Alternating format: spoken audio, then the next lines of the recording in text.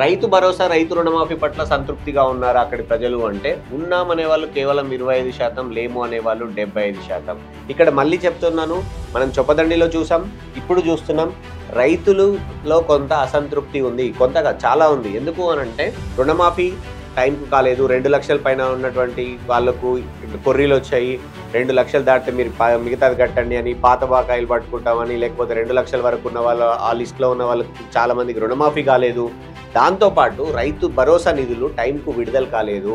పెట్టుబడి సహాయంగా ఇచ్చేటువంటి ప్రభుత్వం పెట్టుబడి పెట్టిన తర్వాత, అప్పులు తెచ్చిన తర్వాత ఇచ్చింది. అటు రుణమాఫీ సరిగా కాక, ఇటు పెట్టుబడి సహాయం అందక ఇబ్బంది పడ్డాము. గతంతో పోల్చారు. కేసీఆర్ పరిపాలనతో రైతులు పోల్చుకున్నారు. అంటే అప్పుడు టైంకి వచ్చింది, ఇప్పుడు టైంకి పడలేదు, ఇచ్చారు, లేటుగా ఇచ్చారు.